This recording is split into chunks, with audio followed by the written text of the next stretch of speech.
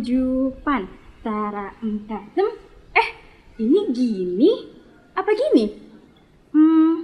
Oh, gini ternyata. Oke. Tapi video satu di sini, terus yang satu lagi di sini. Yang bener yang mana deh? Kenapa beda-beda ya? Oh, apa tanya Risa aja ya? Mungkin dia bisa bantu aku nih buat narik ngarojeng.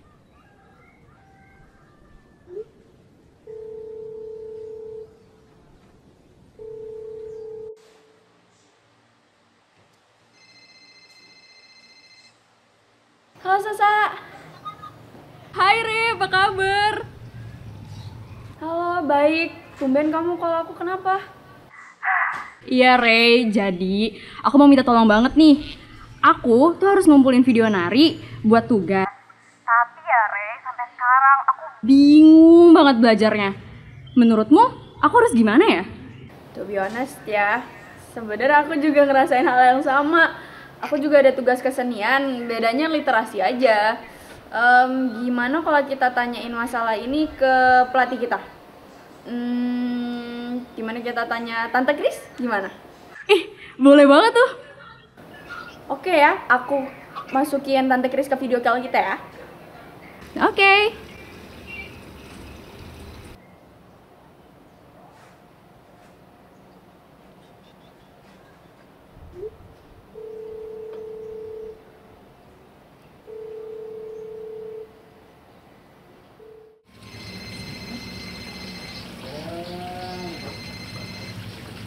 Hai Reza.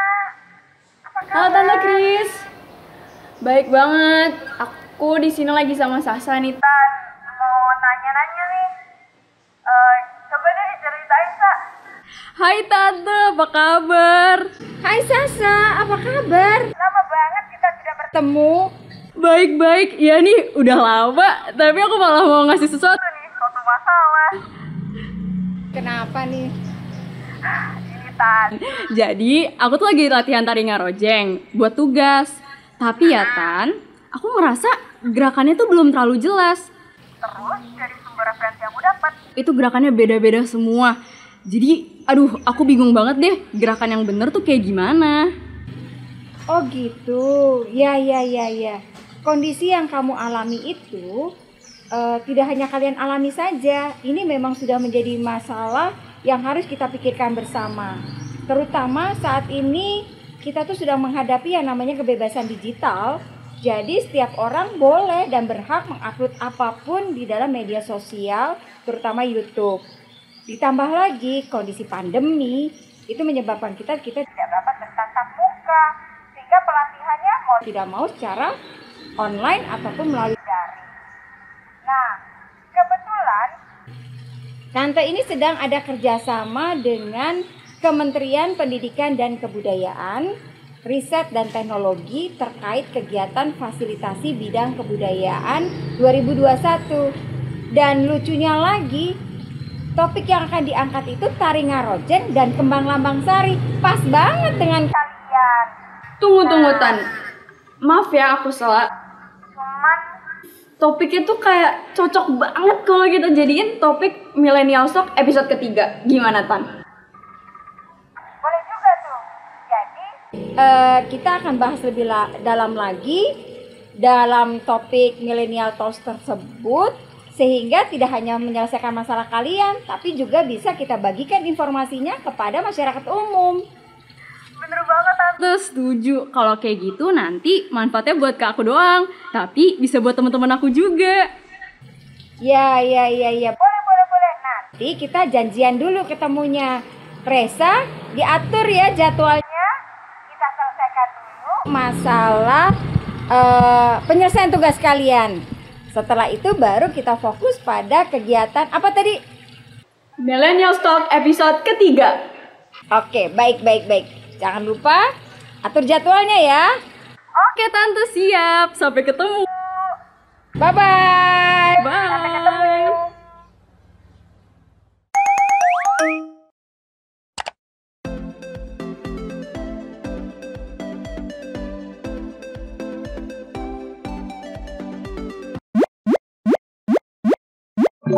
Yang memotivasi awal tuh bahwa saya bisa keliling, bisa traveling gitu dengan dunia kesenian. Saya bisa kemana-mana, dan sampai akhirnya ketika saya serius lagi di kampus ISI Surakarta atau STSI dulu, Sekolah Tinggi Seni Indonesia, saya akhirnya bisa ke Jakarta, bisa ke Bandung, dan sampai bisa ke luar negeri. Yang memotivasi awal itu sebenarnya itu, jadi saya bisa traveling, dan yang paling gampang adalah bertemu dengan banyak orang, bertemu dengan kenalan-kenalan baru. Ini yang membuat saya merasa yakin bahwa hidup berkesenian itu sebenarnya sangat menyenangkan gitu. Tidak seperti yang saya kira dulu bahwa harus serius, harus selalu tampil di muka umum untuk nari, menjadi objek gitu. Tapi justru dari situ saya merasa ya traveling tadi bisa berwisata dengan gratis ya dibayar gitu kira-kira. Di tradisi kita sebetulnya sudah diajarkan bahwa menari itu adalah menghormati guru ya, menghormati tarian yang kita pelajari, itu yang paling penting. Kita berkarya virtual maupun offline atau online ya, kalau kita jujur ya pasti akan menghasilkan karya yang bagus, yang dengan hati. Yang paling saya dapat adalah pengalaman kedisiplinan, pengalaman menjadi penari yang memang harus profesional. Profesional itu akhirnya juga berhubungan dengan kehidupan kita gitu. Kalau kita bilang profesional, kalau hanya mengandalkan bahwa kita disiplin, kontraknya berapa, nilainya berapa, itu tuh bukan profesional, tapi itu materialistik gitu. Tapi justru kalau profesional ya itu harus disikapi dengan arif, dengan bijaksana, dan dengan profesional. Pesan dan harapan kakak untuk generasi Z, generasi milenial. Pesan saya sih cuma 3 sih. Sebagai anak milenial, teman-teman, adik-adik, sahabat-sahabat harus satu, be critical, harus kritis. Yang kedua, be kreatif, karena memang saya pikir kalau ingin menjadi anak Indonesia yang sesungguhnya harus kreatif gitu. Terus yang ketiga ada be curious, harus selalu ada unsur curiosity, harus mencoba, selalu ingin tertarik sesuatu gitu, jangan pernah nyaman di zona nyaman. Platform ini bisa diteruskan sebagai platform dari Sanggar Mawar Budaya untuk bisa lebih serius lagi, lebih melebarkan sayap lagi, tidak hanya melulu pada pembelajaran di sanggar, tapi pembelajaran pada diskusi seperti ini akan menjadi penting untuk kita sampaikan, kita sharingkan ke teman-teman yang lain. Halo sahabat Mawar Budaya, kembali lagi di acara Millennial Talk kedua bersama Ray dan Tami. We are so excited to meet you guys. Jadi keberadaan suku dinas kebudayaan dalam hal ini Jakarta Timur itu adalah bagian daripada Dinas Kebudayaan Pemerintah Provinsi DKI Jakarta. Bukan cuma hanya memantau dan melihat saja, tapi sebisa mungkin kita juga akan memfasilitasi. Mawar Budaya sudah melakukan inisiatif, ya. Inisiatifnya apa? Melakukan kegiatan-kegiatan secara daring, melakukan kegiatan-kegiatan secara virtual. Sekarang kita mau ke hot topic nih Pak. Bapak kan tahu sekarang lagi hot-hotnya nih tentang K-pop, Korean pop. Lagi banyak banget anak-anak muda zaman sekarang yang sangat suka tentang K-pop. Di era ini teman-teman lebih antusias untuk menonton K-pop daripada tarian tradisi budaya Indonesia. Nah, menurut Bapak dan Bang Coki dan juga Non Caca bagaimana? Mencoba berinisiatif, mencoba berusaha bagaimana mengemas kesenian tradisional, ya, yang kaya dari seluruh Indonesia ini untuk menjadi pertunjukan, untuk menjadi tontonan yang tidak kalah dengan K-pop. Cuma mereka mengemasnya, ya, memanagenya dengan baik sehingga mereka menjadi suatu tontonan yang orang senengin gitu. Masalah kemasan. Nah, kita punya kewajiban untuk membantu mengemasnya. Betawi itu punya satu mindset atau satu ciri khas yang budaya-budaya lain itu tidak punya. Ya, kita tuh pasti maunya visualnya yang bagus kan. Jadi kalau misalnya udah kemasannya bagus, otomatis orang mau menarik dan juga langsung mau menonton apa sih sebenarnya yang ada di Betawi itu sendiri. Knowing yourself, knowing your passion, be brave and do what you really wanna do. Makan kue seradu. Makannya dicampur gula. Ini dia budaya Betawi. Kalau bukan kita, siapa lagi yang jaga?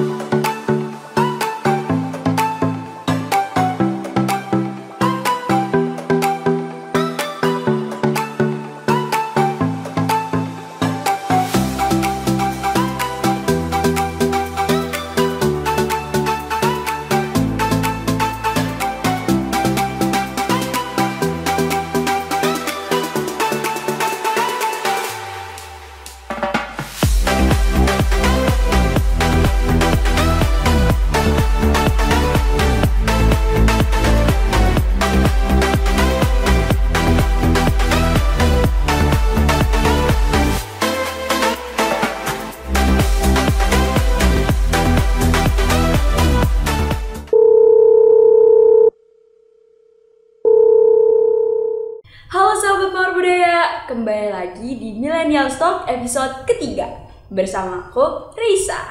Dan kali ini aku ditemenin sama Karut. Hai semuanya, salam kenal, aku Ruth Francisca. Seneng banget deh kali ini kita bisa ketemu lagi di Millennial Talk episode ketiga.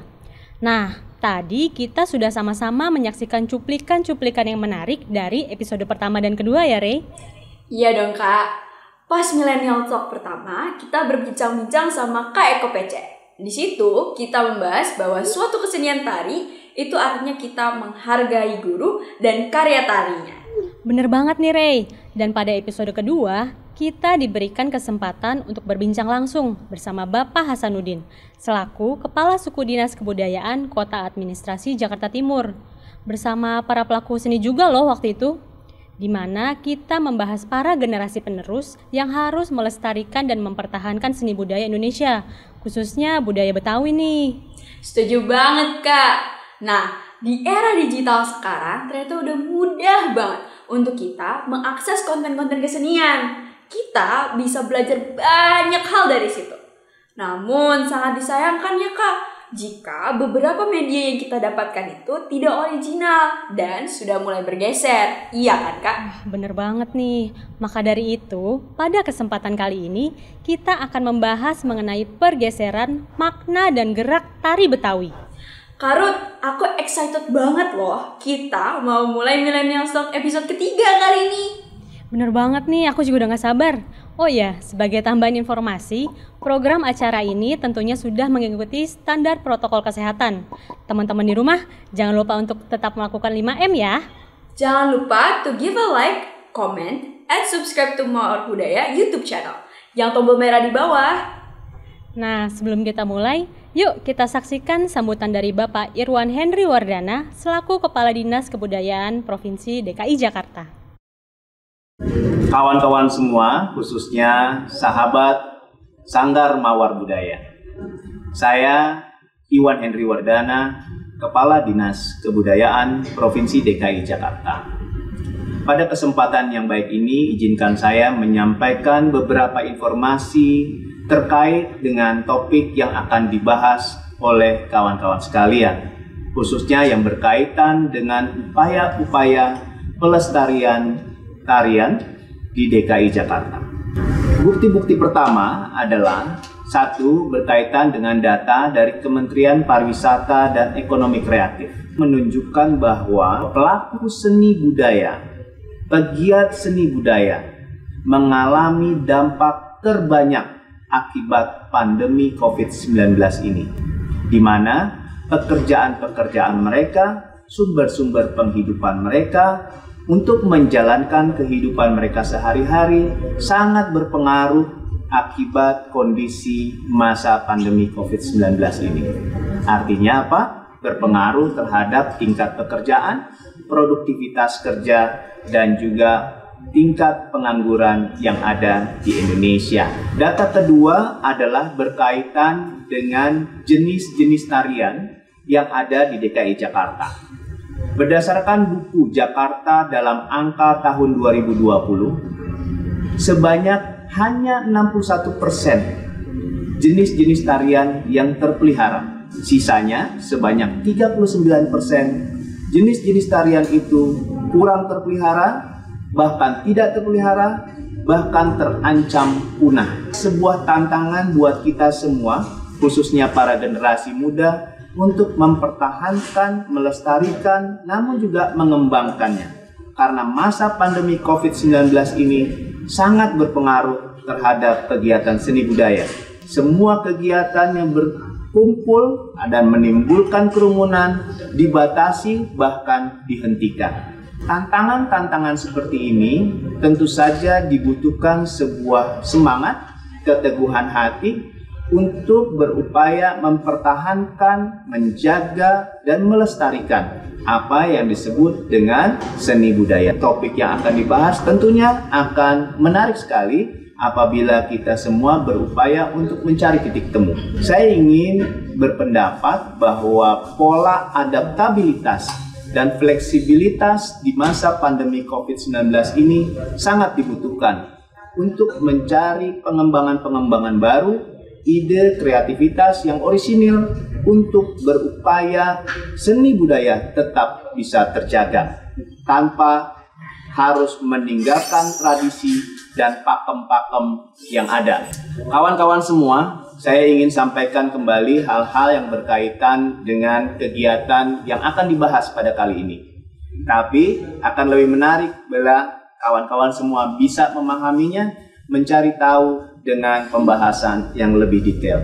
Ucapan terima kasih kepada Sanggar Mawar Budaya yang terus mendukung kegiatan pelestarian cagar budaya, seni tari, dan kondisi yang berkaitan dengan kesenian dan kebudayaan. Terima kasih juga kepada Kementerian Pendidikan dan Kebudayaan, Riset dan Teknologi yang memberikan amanah dan kepercayaannya kepada Sanggar Mawar Budaya untuk melaksanakan kegiatan ini. Salam hormat dari kami Dinas Kebudayaan. Selamat berdiskusi dalam Millennial Talks. Ketiga, kita berikan aplaus dan apresiasi setinggi-tingginya buat kawan-kawan semua. Salam seni dan budaya. Wassalamualaikum warahmatullahi wabarakatuh. Terima kasih banyak ya Pak atas sambutannya. Nah, sahabat budaya, untuk memulai diskusi hari ini, kita intip yuk digital profile dari pelatih Sanggar Mawar Budaya.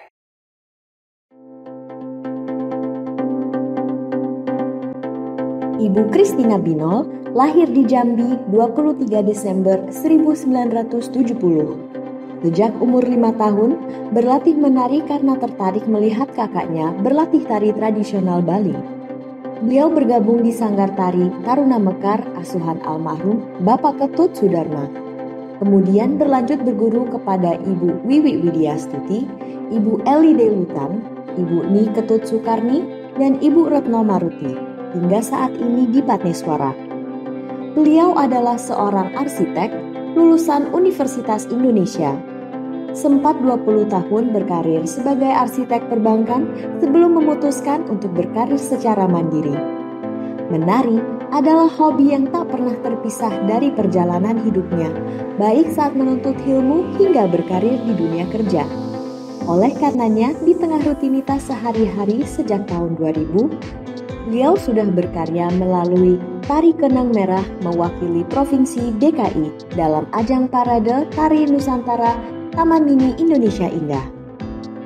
Tahun 2015, beliau kembali berkarya dalam karya tari Nyai Dasima di ajang Parade Tari Nusantara Taman Mini Indonesia Indah, meraih penghargaan sebagai 13 penyaji terbaik, 5 koreografer terbaik, penata busana dan tata rias terbaik. Setelah itu, menciptakan tari kreasi Betawi yang berjudul Kembang Serunai. Bertepatan dengan ulang tahun Sanggar Mawar Budaya ke-28 tahun, pada 2018 beliau menciptakan pagelaran drama tari Tuan Wei dan Dasima.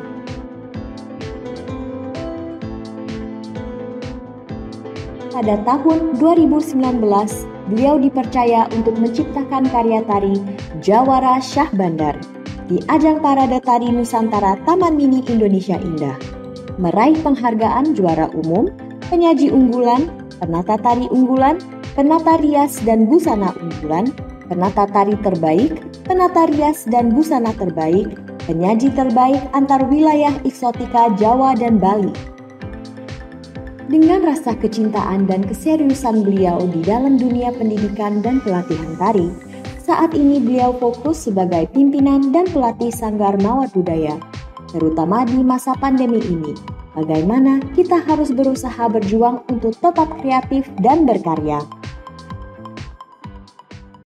Sahabat budaya, hari ini kita sudah kedatangan narasumber kita, sekaligus pelatih dari Sanggar Mawar Budaya, Tante Kris. Halo Tante, apa kabar? Kabar baik, apa kabar Reza? Apa kabar Kak Ruth? Kabar baik Tante.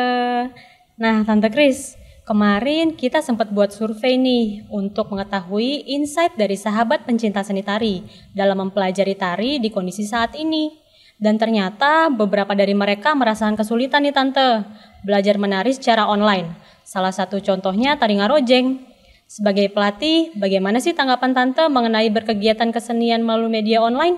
Ada nggak sih Tante kendala atau keresahan yang Tante rasakan? Pastinya Tante merasakan keresahan dan merasa terkendala. Tapi mungkin karena kita belum menemukan sistemnya saja.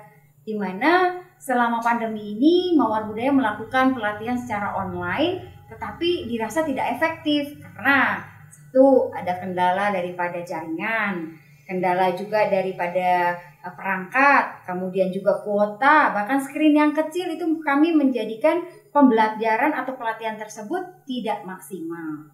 Nah, tahun ini selama pandemi, Mawar Budaya itu mengubah pelatihan online itu menjadi sebuah riset dan penelitian didukung dengan Kementerian Pendidikan Kebudayaan, Riset dan Teknologi melalui kegiatan fasilitasi bidang kebudayaan 2021. Nah, kalian kemarin kita sudah berdiskusi tentang fasilitasi bidang kebudayaan tersebut, bukan? Bener banget Tante, kita juga udah diskusi-diskusi tentang FBK.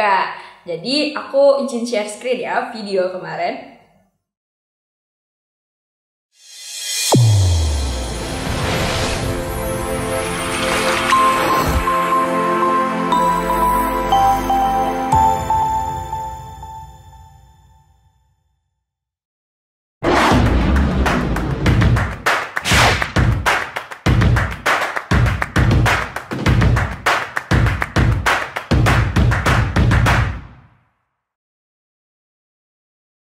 Assalamualaikum warahmatullahi wabarakatuh.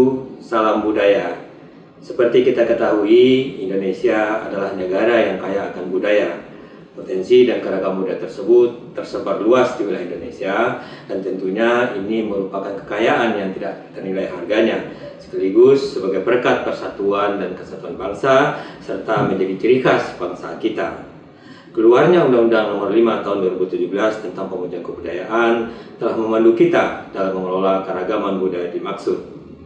Ada dua hal yang dituju dalam pemujaan kebudayaan, yaitu yang pertama, upaya penguatan ketahanan budaya, dan yang kedua tentu kontribusi budaya Indonesia di tengah peradaban dunia. Nah, berkaitan dengan itu semua, maka untuk menopang pemujaan kebudayaan tersebut, Direktorat Jenderal Kebudayaan meluncurkan program fasilitasi bidang kebudayaan yang diberikan kepada perseorangan, komunitas budaya, dan lembaga atau organisasi masyarakat. Tujuan utama dari fasilitasi bidang kebudayaan ini adalah memperluas akses masyarakat pada sumber pendanaan untuk memperkuat keterlibatan publik dalam ekosistem pemujaan kebudayaan. Dan keduanya, mendorong lahirnya inisiatif-inisiatif masyarakat dalam mewujudkan kegiatan-kegiatan kebudayaan yang memiliki nilai kreativitas, inovasi, pewarisan nilai budaya, pelestarian kearifan lokal, memperkuat karakter bangsa, dan keberagaman. Ada 3 kategori. Pertama, dokumentasi karya pengetahuan maestro. Yang kedua, penciptaan karya kreatif inovatif. Dan ketiga, pendayagunaan ruang publik. Dari sekian banyak yang mendaftar, maka Sanggar Mawar Budaya menjadi salah satu penerima fasilitasi tahun 2021 ini, di mana Sanggar Mawar Budaya masuk ke dalam bidang dokumentasi karya pengetahuan maestro, yakni mengangkat jejak Ibu Wiwi Widyastuti dalam tari Betawi. Melalui dokumentasi karya maestro ini, kita menggali kembali karya-karya Ibu Wiwi Widyastuti sehingga bisa dinikmati dan diketahui oleh generasi muda pada saat ini, dan tentunya juga untuk masa mendatang. Di samping itu, kegiatan ini sesungguhnya juga memastikan terjadinya alih pengetahuan dan regenerasi melalui pelindungan kebudayaan, khususnya dalam seni tari Betawi. Kami sangat mengapresiasi dan mengucapkan terima kasih kepada Sanggar Mawar Budaya dan seluruh anggotanya atas dedikasi dan upaya pemajuan kebudayaan melalui berbagai kegiatan yang telah dilakukan. Terima kasih dan penghargaan juga saya sampaikan kepada Ibu Wiwi Widyastuti yang secara konsisten telah mendedikasikan ilmu dan keahliannya di bidang seni kepada kita semua. Akhirnya saya mengajak seluruh generasi muda, generasi milenial, dan para penggiat budaya untuk ikut dan terus bersama-sama melestarikan budaya kita. Terima kasih, salam sehat dan sukses selalu. Wassalamualaikum warahmatullahi wabarakatuh.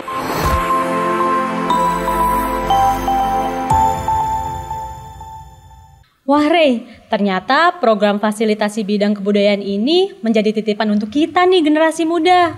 Bener Kak Ruth, kita harus semangat nih Kak, supaya titipan ini bisa kita wujudkan bersama.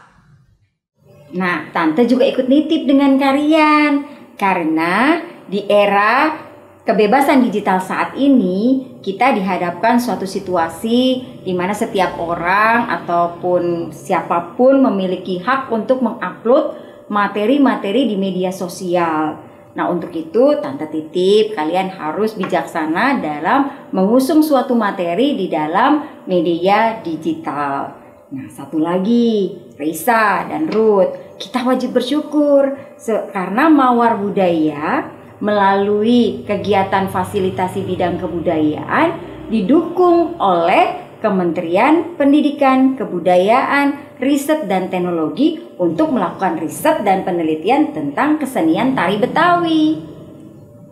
Oke deh Kenta, kalau gitu kita bisa kembali nih Tan ke diskusi awal kita terkait dengan pembelajaran tari ngarojeng. Menurut Tante gimana nih? Untuk bicara tentang tari ngarojeng, sebaiknya kita langsung aja bicara dengan penciptanya. Wah, boleh banget nih Tante. Sambil menunggu kedatangan tokoh di balik dari tari ngarojeng dan tari kembang lambang sari, aku share digital profilnya ya. Boleh. Ibu Wiwi Widyastuti lahir di Yogyakarta 31 Juli 1952. Sejak kelas 4 SD, belajar di Pusat Latihan Tari Bagong Kusudiarjo. Pendidikan formal tarinya diselesaikan di Akademi Seni Tari Indonesia atau ASTI, Yogyakarta 1973 hingga 1977. Kemudian dilanjutkan di Lembaga Kesenian Jakarta, kini Institut Kesenian Jakarta, sampai tahun 1979 dan menjadi pengajar tari di Dinas Kebudayaan DKI Jakarta. Selain sebagai penari, beliau dikenal sebagai seorang koreografer. Karya tari ciptaannya, Tapak Tangan 1978, berhasil meraih juara pertama dalam Lomba Karya Tari Remaja yang diselenggarakan oleh Dinas Kebudayaan DKI Jakarta. Di tahun berikutnya, 1979, kembali menjadi juara pertama melalui tari Ronggeng Blantek. Sejak saat itu, namanya selalu terkait dengan karya tari yang mengambil titik tolak tradisi Betawi. Karya ciptaannya, Ronggeng Blantek, Badah Hatam, Ngarojeng, Topeng Gong, Kembang Lambang Sari, Cokek Sirih Kuning, Lenggang Nyai, None Tugu, Kembang Arum, Tepak Selaras, dan Kinari. Juga terlibat sebagai koreografer untuk kegiatan tari massal, salah satunya 50 tahun Indonesia Merdeka. Ibu Wiwi Widyastuti pernah menjadi anggota Komite Tari Dewan Kesenian Jakarta periode tahun 1985 hingga 1990. Kepala Seksi Tari Pusat Latihan Dinas Kebudayaan DKI Jakarta, Laboratorium Tari Indonesia sebagai komunitas dalam mengembangkan kreativitas dan menghasilkan banyak prestasi hingga mengikuti berbagai lomba dan festival tingkat internasional di mancanegara. Tari menjadi bagian dalam hidupnya. Dari tidak ada menjadi ada. Sahabat budaya, sekarang di kegiatan Millennial Talk episode ketiga ini sudah hadir narasumber kita. Kak, tahu nggak, narasumber kita itu merupakan penerima anugerah kebudayaan, pencipta, pelopor, dan pembaru loh Kak, tahun 2019. Lalu beliau juga bergelut di dunia kesenian Betawi sejak tahun 1978. Keren kan Kak? Keren banget sih. Wah, halo Tante Kris, halo Ibu Wiwi. Halo Ruth, Risa. Halo sayang, salam budaya. Nah, Mbak Wi, terima kasih Mbak Wi sudah berkenan hadir di sini bersama adik-adik dari Mawar Budaya Tim Millennial Talks episode 3. Nah, begini loh Mbak, kemarin itu adik-adik ini ada menelpon saya terkait dengan kendala mereka untuk belajar online, terutama tari ngarojeng, di mana mereka itu belajar melalui YouTube atau media sosial. Namun materi yang ada di media sosial tersebut kadang terlihat ada beberapa perbedaan sehingga mereka bingung mau mengikuti yang mana.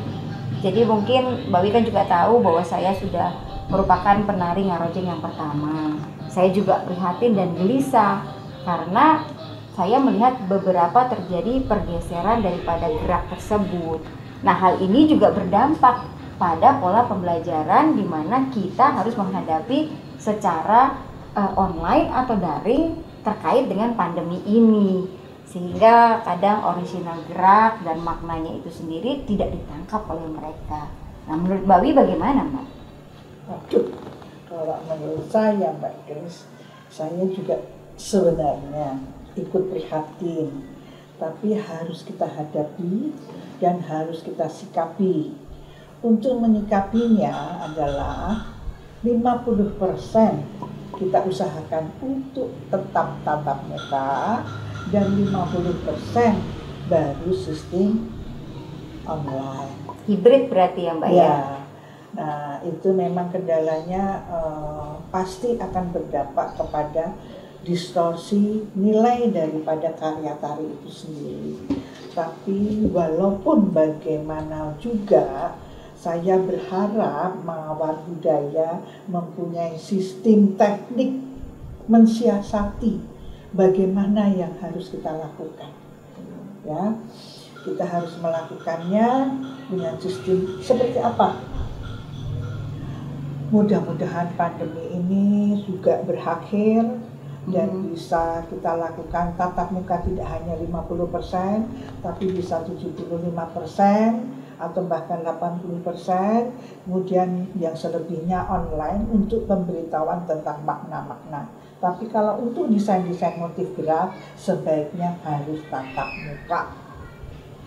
Gitu Mbak Grace. Iya Mbak Wi, terima kasih. Ya, saya juga setuju sih untuk pendapat Ibu Wiwi sendiri tentangnya memang harus 50% tatap muka, 50% online, karena memang berdampak sih ke kita yang juga belajar.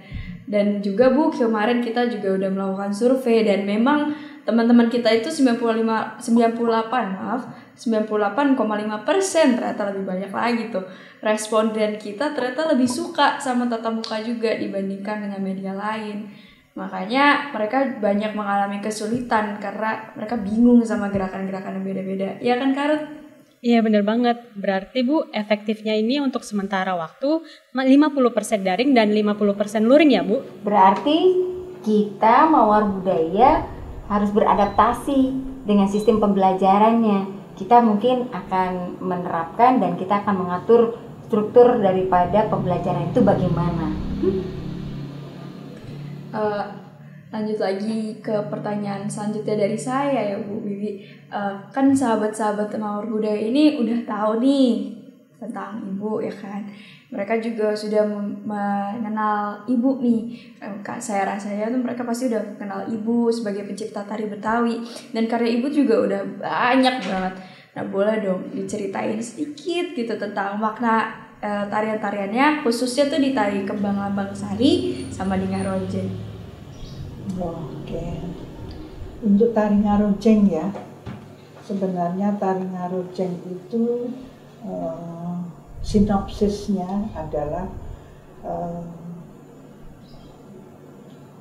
mengarak. Jadi Ngarojeng itu makna dari ngarak karo ajeng. Karo ajeng itu adalah kesenian ajeng Betawi yang saat itu saya ciptakan, saya teliti itu hampir punah. Karena kesenian ajeng hanya dilakukan saat itu untuk mengiringi musik-musik, untuk mengiring dari instrumen musik. Kesenian ajeng itu instrumen musik untuk mengiringi pengantin Betawi. Jadi adat pengantin Betawi saat itu. Tapi kurun berjalannya waktu itu ada perubahan. Dan di saat itu saya terinspirasi untuk mengarak daripada pengantin yang hampir dilakukan selalu dimulai dengan rombongan pengantin putra dan rombongan pengantin putri. Nah di situ alangkah bagusnya apabila diiringi dengan tarian Ngarojeng, ngarak karo ajeng, yang ngarak putri-putri yang cantik, senyum bahagia, senang menanti kehadiran pengantin putra. Itu maknanya, Mbak. Pantas banyak menggunakan cadar daripada pengantin Betawi ya, Mbak ya? Itu karena terinspirasi dari kostum pengantin Betawi supaya menyerupai dan kearifan lokal budaya Betawi itu tetap terjaga. Berarti ternyata Ngarojeng ini maknanya lumayan mendalam ya, karena memang udah kembali tidak cuman ke arah yang sebelumnya, tapi lebih ke sebelumnya lagi, di mana budaya mengarak pengantin. Ada pertanyaan tadi ya? Ya, yang Lambang Sari belum diterangkan, Mbak. Oh, ada. Kembang Lambang Sari. Kalian sudah mengenal Kembang Lambang Sari. Kembang Lambang Sari itu tercipta tahun 1995-1998. Kalau Ngarojeng itu 1982. Kalian udah lahir belum? Belum. Sayangnya belum. Kalau Lambang Sari itu melambangkan sarinya kehidupan. Jadi kehidupan di zaman itu, Ibu sering mendengar bahwa terlalu cepat ya, masalah kecil dibesar-besarkan. Jadi rumah tangga itu masalah kecil dibesar-besarkan yang akhirnya menjadi cerai-berai. Nah itu yang tersirat dan terkandung di dalam makna itu sendiri. Jadi Ibu menghendaki janganlah hal yang kecil itu dibesarkan. Mari kita rujuk. Jadi permintaan dari Mak Jantuk dan Bapak Jantuk dalam kesenian teater Jantuk itu membawakan cerita tentang sulitnya rujuk kembali karena perebutan antara Bapak Jantuk itu menghendaki setiap pagi atau setiap dia makan harus ada ikan peda misalnya. Nah itu Ibu Jantuk kadang dapat ikan asin itu, kadang tidak. Nah itu masalah kecil dibesar-besarkan. Nah itu yang menjadi inspirasi saya, dan ketika itu tahun 95-98 banyak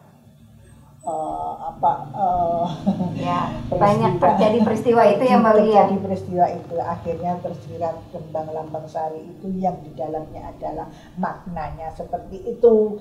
Makanya sebenarnya lebih tepat ditarikan tidak oleh anak-anak kecil, tapi ditarikan oleh anak yang sudah seperti Ruth 17 ke atas. Gitu Mbak Kris.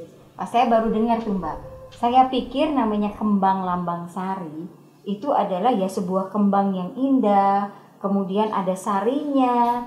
Nah itu jadi perlambang daripada sebuah keindahan, dan memang gerakannya juga cukup indah. Ternyata cerita di baliknya sungguh dahsyat. Ya, itu di dalam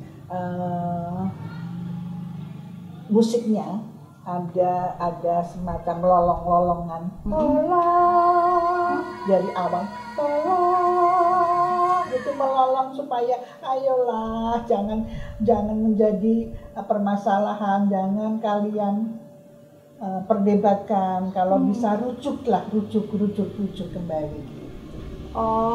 Jadi cengcang, jadi jangan jadi permasalahan, jangan cekcok gitu ya. Merinding saya, Mbak, mendengarnya, karena saya nggak benar-benar sungguh-sungguh nggak mengerti tentang itu, karena kebetulan saya juga pada saat Mbak Wiwi berkarya tentang Kembang Lambang Sari itu, saya sedang menuntut ilmu di bidang lain, Mbak.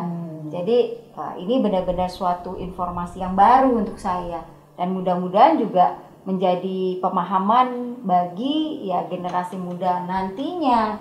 Wah ternyata itu lolongan itu adalah minta tolong. Iya, minta tolong. Keren Mbak Wi. Wah Bu Wiwi, berarti dari dua tarian yang sudah disebutkan tadi, ini membuktikan bahwa di setiap tarian yang Ibu ciptakan banyak mengandung makna yang mendalam ya Bu. Maka dari itu siapapun yang mempelajari tariannya juga harus tahu nih makna dari tarian tersebut. Dan juga melakukannya dengan hati ya, Rey? Betul banget, Kak. Aku juga penasaran nih sama Ibu Wiwi sendiri. Kok bisa Ibu bisa menciptakan sebuah tarian yang baik, populer, artistik. Terus apa sih yang memotivasi Ibu buat membuat tarian-tarian tersebut tuh apa sih? Wow, kalau menanyakan itu panjang Mbak Kris ceritanya. Karena melalui proses penelitian yang sifatnya edukasi kreatif saya lakukan dan saya alami. Karena Ibu pernah berguru di Pusat Latihan Tari Bagong Kussudiardjo. Guru besar saya, Pak Bagong Kussudiardjo, selalu menyampaikan bahwa kamu bisa menjadi seorang seniman, kamu bisa menjadi seorang penari yang baik, tapi lakukanlah dengan satu penghayatan, dan jika kamu bisa berkarya, coba lemparan yang kamu lakukan itu bisa diterima tidak oleh masyarakat. Nah, ibaratnya seperti orang memasak.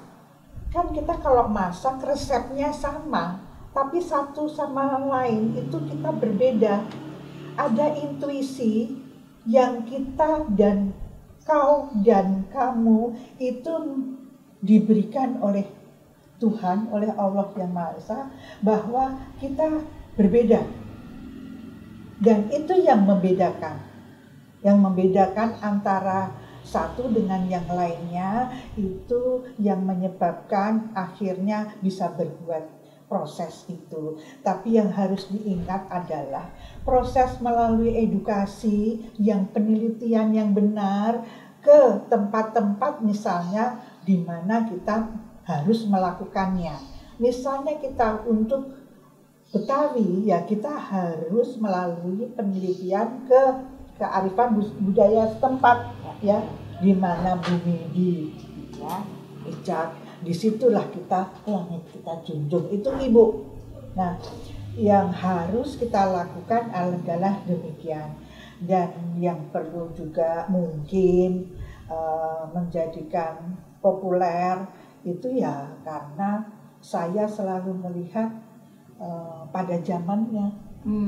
Misalnya zaman sekarang ini anak-anak memerlukan apa ya, gitu. Jadi itu yang selalu saya bawa untuk memproses karya cipta itu dengan eksplorasi yang cukup panjang, tidak hanya eksplorasi yang sesaat, yang cuplikan-cuplikan akhirnya dirangkai menjadi suatu rangkaian gerak. Bukan demikian, tapi harus diproses melalui eksplorasi dari masing-masing individu. Masing individu itu adalah penciptanya. Dan kemudian saya tuh dulu ketika memproses selalu melakukan ada peraganya itu salah satunya ya Ibu Kris.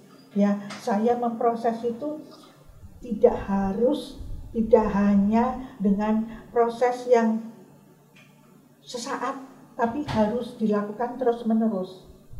Dan satu dengan yang lain itu dilakukan dengan proses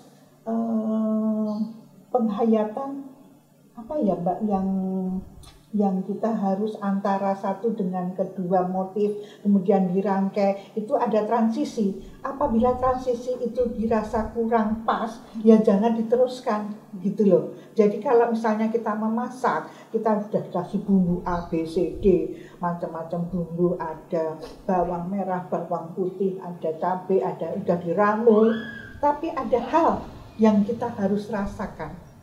Oh, ini kok kurang ini ya, kurang apa mah, kurang apa. Kalau saya dengan anak saya, ada satu rasa yang kita mesti lakukan nih. Nah, itu juga di dalam proses penciptaan tari. Nah, itu harus kita lakukan seperti itu. Yang mungkin itu yang membedakan akhirnya kenapa begitu kita lepas, kok bisa diterima oleh masyarakat dan akhirnya populer. Ya itu pada zamannya kita beda. Kemarin kita lakukan tahun 82 dengan Ngaroceng. Begitu 2001 ada proses lagi yang saya lakukan berbeda. Karena ada fun, ada lagu-lagu yang mengiringi itu iringan musiknya itu fun, itu beda. Deng deng deng deng deng deng jeng jeng jeng jeng jeng jeng jeng jeng. Nah, itu untuk anak-anak lebih mungkin lebih terasa bisa menerima ya Mbak. Ada bisa menerima. Nah, beda dengan ketika 82 jeng jeng tu jeng jeng jeng tu jeng. Beda lagi dengan tahun 98 dengan lolongan itu. Tolong. Nah, itu satu sama lain. Kalau karya saya memang beda-beda. Beda resep, beda makna. Itu sayang, mudah-mudahan bisa dicerna ya maksudnya itu. Ada Mbak Wi, yang Mbak Wi itu waktu itu pernah cerita sama saya bahwa Mbak Wi itu berkarya karena situasi remaja saat itu. Itu gimana tuh Mbak Wi ya? Aku agak lupa ingat tuh Mbak. Oh, itu gini. Saya sangat prihatin dengan remaja saat itu. Tahun 70 itu remaja Jakarta, khususnya remaja Jakarta DKI sekarang itu tidak ada yang tertarik dengan tari Betawi. Itu serius. Itu saya prihatin. Mereka nggak mau menoleh. Itu karena apa saya nggak tahu. Nah, itu mungkin perbedaannya dengan daerah lain. Karena kalau daerah lain itu tarian muncul dari istana, kalau di Jakarta itu kan muncul dari rakyat. Jadi unsur-unsur kerakyatan itu yang muncul menjadi sebuah tarian-tarian. Nah, saat di situ saya mempunyai keinginan untuk bagaimana caranya supaya remaja itu mau belajar tari Betawi. Akhirnya saya membuat lab untuk proses supaya termasuk Mbak Kris menjadi salah satu tim lab untuk membantu saya memproses. Akhirnya tahun 78 saya membuat, ketika itu saya masih kuliah di lembaga pendidikan Jakarta, Kesenian Jakarta, LPKJ. Nah, sekarang IKJ itu saya memproses tapak tangan tahun 78 dengan mahasiswa di sana. Nah, itu hasilnya tari tapak tangan. Jadi kekuatan dari tapak-tapak di tangan ini. Nah, itu sekarang Mbak Kris tahun 80 ke atas dengan perjuangan yang begitu sulit dan saya lakukan, akhirnya bisa menjadi muatan lokal di pendidikan sekolah di Jakarta melalui proses muatan lokal di SD dan SMP. Nah, keprihatinan lagi karena tidak sejajarnya Betawi dengan daerah lain itu, yang saya berusaha supaya gimana caranya biar itu menjadi sejajar. Akhirnya ternilai saya puas dengan pertama kalinya tari ronggeng Blantek dilakukan pertunjukan di Istana Negara dengan Pak Sampurno ketika itu. Dan kemudian di nasional Istana Negara sudah bisa sejajar dengan daerah lain. Alhamdulillah. Tapi saya pasti tetap belum puas Mbak. Masih mencoba ke tingkat internasional. Saya lakukan ikut lomba tari ronggeng Blantek Betawi, saya bawa ke Italia untuk memperebutkan piala emas di Argento. Akhirnya dapat, dan di situ saya punya kepuasan bahwa akhirnya tari Betawi itu bisa dinikmati oleh masyarakat, oleh seluruh masyarakat baik di DKI maupun non DKI.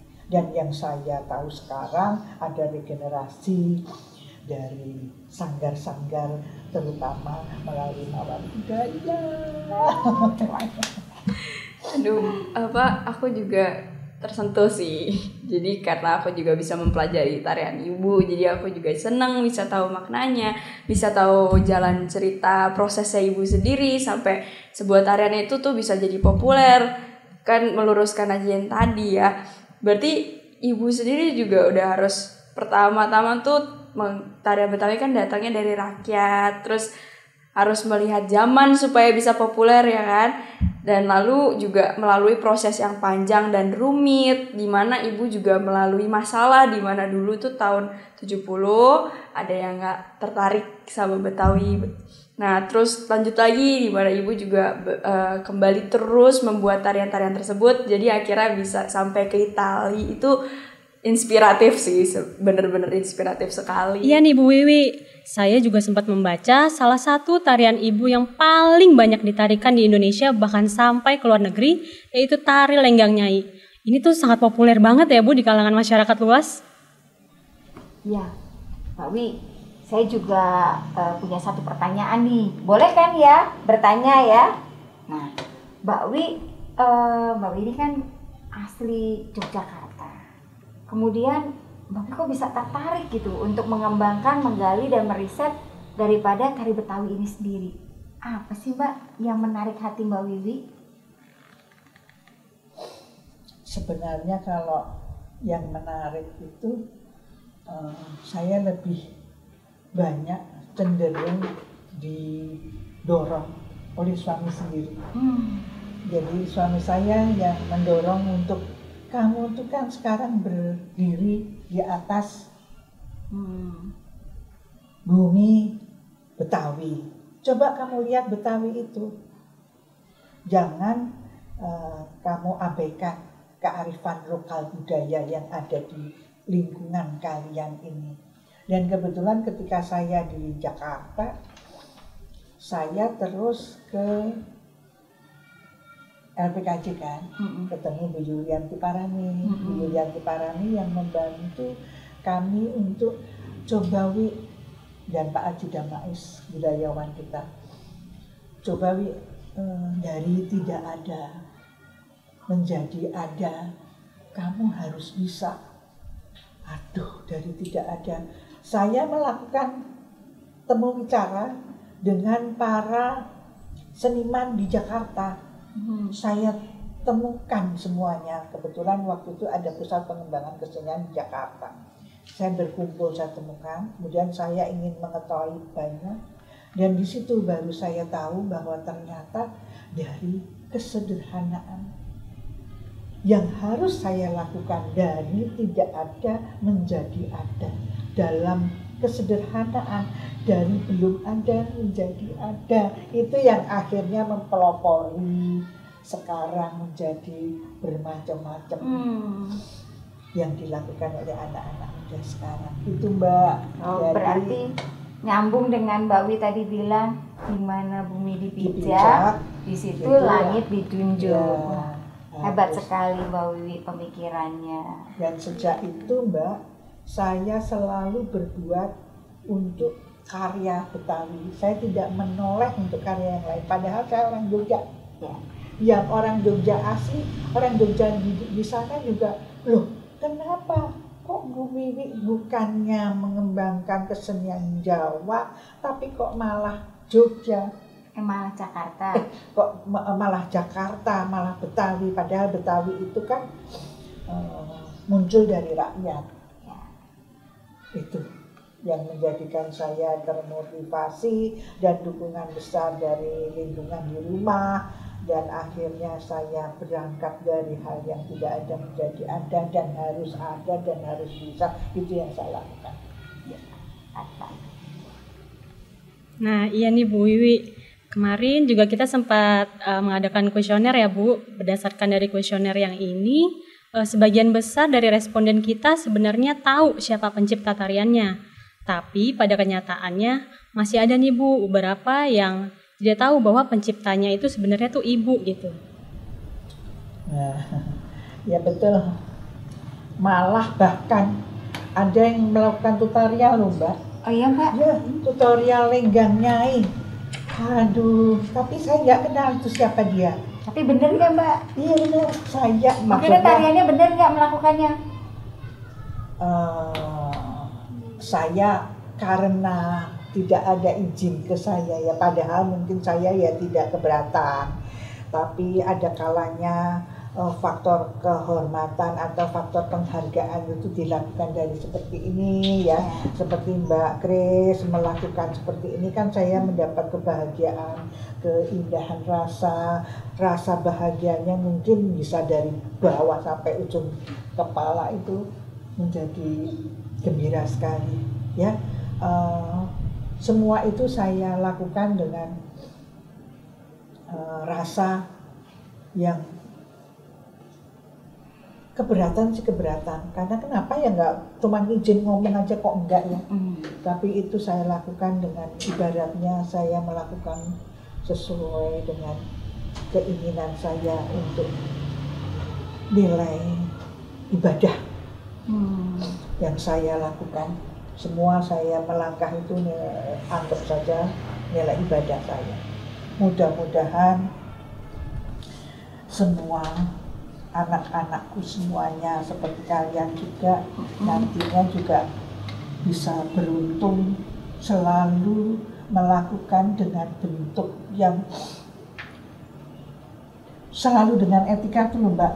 Ya Mbak, betul. Kalau itu yang kadang-kadang suka ditinggalkan oleh generasi sekarang.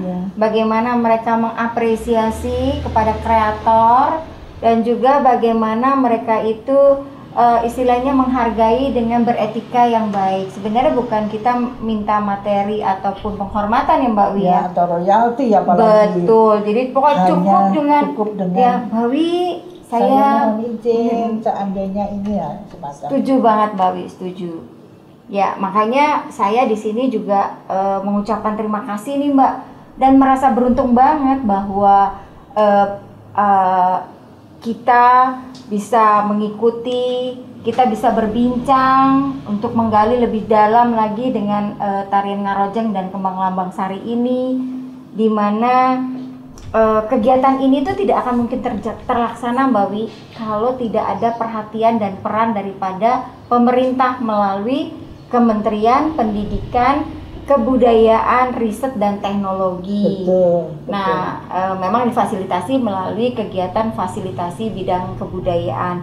Dan ini saya rasa adik-adik generasi penerus dan siapapun yang mengenal seni budaya dan sangat mencintai seni budaya Indonesia, boleh loh di tahun depan nanti ikut mengikuti kegiatan fasilitasi bidang kebudayaan ini supaya bisa melestarikan dan menjaga, sambil kita belajar bagaimana kita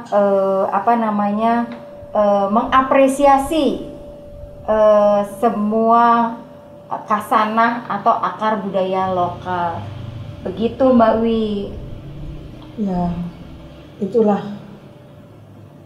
saya merasa kesan saya nih Mbak Kris, bahwa ternyata di saat sekarang ini masih ada yang melakukan secara tulus, seperti Mbak Kris selaku pimpinan Mawar Budaya secara tulus menghargai saya selaku pencipta tari, dihadirkan sebagai narasumber, dihadirkan untuk memberi penghargaan. Selain saya harus duduk di sini, tapi saya juga harus membenahi. Nah, saya mau nitip Mbak Kris, ya, Mbak Wi, kalau memfasilitasi itu seperti apa ya yang harus dilakukan? Saya titip Mawar Budaya aja deh kepada fasilitas pembinaan ini, diteruskan supaya pembinaannya bisa berlanjut. Apakah seperti keprihatinan saya dengan tutorial itu bisa dilakukan dengan fasilitas ini, fasilitas seni budaya ini, atau mungkin Mbak Kris dari lewat Mawar Budaya ini bisa memfasilitasi kepada para guru-guru sekolah yang membutuhkan, ya. Mohon nanti bisa diajukan lagi kepada yang apa tadi Mbak? Kementerian Pendidikan dan Kebudayaan, Riset dan Teknologi yang bisa membantu kita semua di sini, terutama dengan keprihatinan saya tadi, semacam tutorial, semacam workshop, semacam riset lagi yang harus dilakukan, begitu Mbak. Titip ya Mbak, matur nuwun. Mbak, terima kasih nih atas kepercayaannya. kami akan terima, dalam arti kita akan berdiskusi bersama. Kita merasa beruntung mendapat kesempatan ini, dan apalagi sekarang ditambahkan dengan kepercayaan dari Mbak Wiwi. Nanti setelah kegiatan ini, Mawar Budaya beserta ya keluarga besarnya coba kita akan duduk bareng, kita urun rembuk apa nih yang bisa kita lakukan dari kegiatan fasilitasi bidang kebudayaan ini. Pokoknya di dalam kegiatan fasilitasi bidang kebudayaan ini kami bertekad untuk memfokuskan pada karya-karya, sejarah, makna, dan visi misi daripada Mbak Wiwi. Mohon doanya ya Mbak Wiwi supaya kegiatan ini bisa berlangsung dan bisa terlaksana dengan baik. Ya. Itu kan termasuk ini ya Mbak, pelestarian dan pengembangan kebudayaan. Betul, betul Mbak Wiwi. Yang harusnya dilestarikan itu dilakukan, bisa bagaimana nanti Mawar Budaya, apa proses pelatihan, tidak hanya menjangkau pelatihan di wilayah komunitas Mawar Budaya sendiri, tapi menjangkau, memfasilitasi kepada mereka guru-guru di sekolah. Karena distorsi dan keinginan guru-guru untuk mengetahui tari-tari tentang Betawi sesungguhnya itu banyak sekali, dan itu yang harus difasilitasi. Betul Mbak, itu sejalan banget dengan tadi apa yang disampaikan oleh Bapak Sektijen ya, dari perwakilan dari Kemendikbud itu, bahwa menyatakan bahwa kegiatan FBK ini adalah untuk menggerakkan, menggiatkan seni budaya di seluruh lapisan, terutama di zaman pandemi ini lebih mengarah kepada ketahanan budaya, dan dengan bermodal dan berpijak pada arahan dari Kemendikbud tersebut, kami juga ingin menitipkan kepada generasi muda penerus, terutama adik-adik ya, nanti dari Mawar Budaya, supaya kita benar-benar bisa memberikan satu perpustakaan tentang seni budaya yang akan kita titipkan di media sosial, yang mungkin nanti dapat diakses oleh semua lapisan, dan termasuk untuk jangka waktu lama, mungkin 20 tahun ke depan Mbak Wi. Iya, bisa dicatat ya Bu. Betul. Catatan description. Iya, nanti Mbak Wi bantu ya. Mbak Wi bantu untuk penulisannya. Ya, deskripsi tentang tari tersebut. Jadi tidak ada penurunan, dan itu dia akan bisa diterima dengan baik oleh mereka, bisa mereka lakukan di dalam proses adanya buku tersebut. Iya, iya. Jadi kita hari ini sangat beruntung karena kita mendapat beberapa wawasan-wawasan yang bisa kita kerjakan untuk next projectnya nih. Setelah bincang-bincang ini berarti kita tidak berakhir ya. Jadi masih ada pekerjaan lagi yang harus kita lakukan gitu. Dari Mbak Wi mungkin ada kata-kata yang ingin disampaikan kepada adik-adik Mawar Budaya dan secara khusus kepada seluruh masyarakat luas, terutama generasi milenial Mbak. Generasi milenial sekarang ini loh Mbak, sing Korean dance dan lain-lain itu loh Mbak.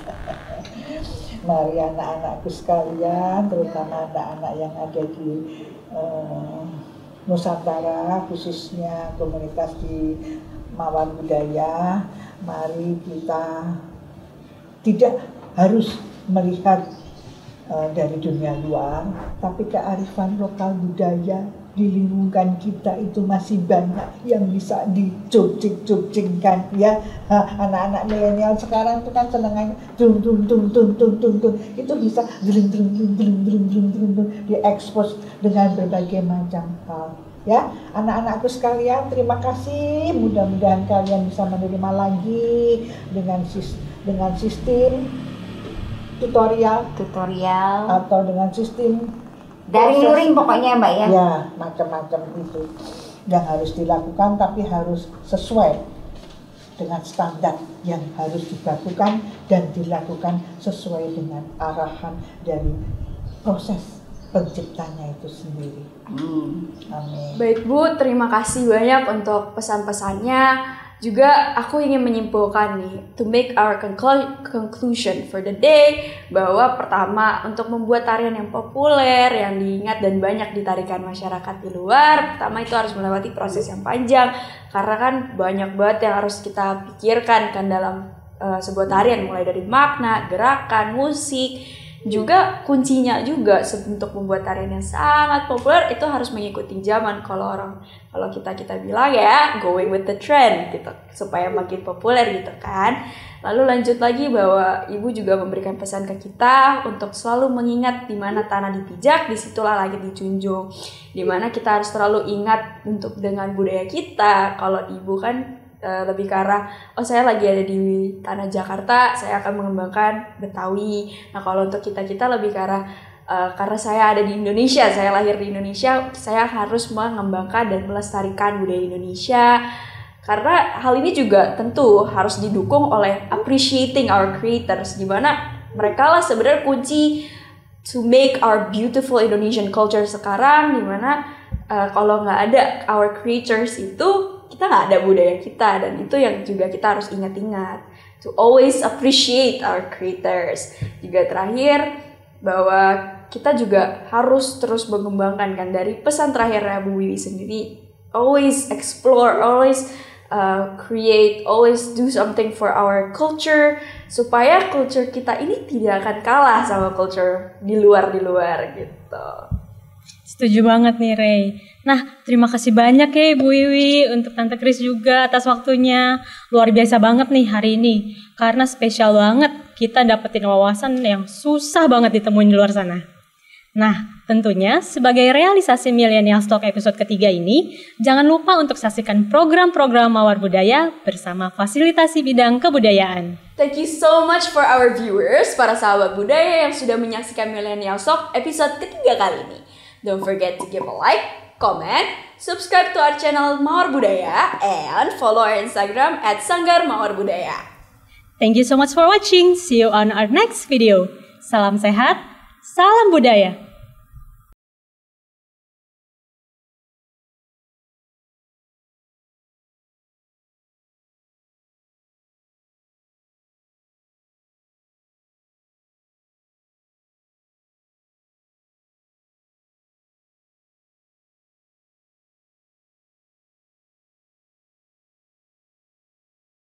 By Karamia.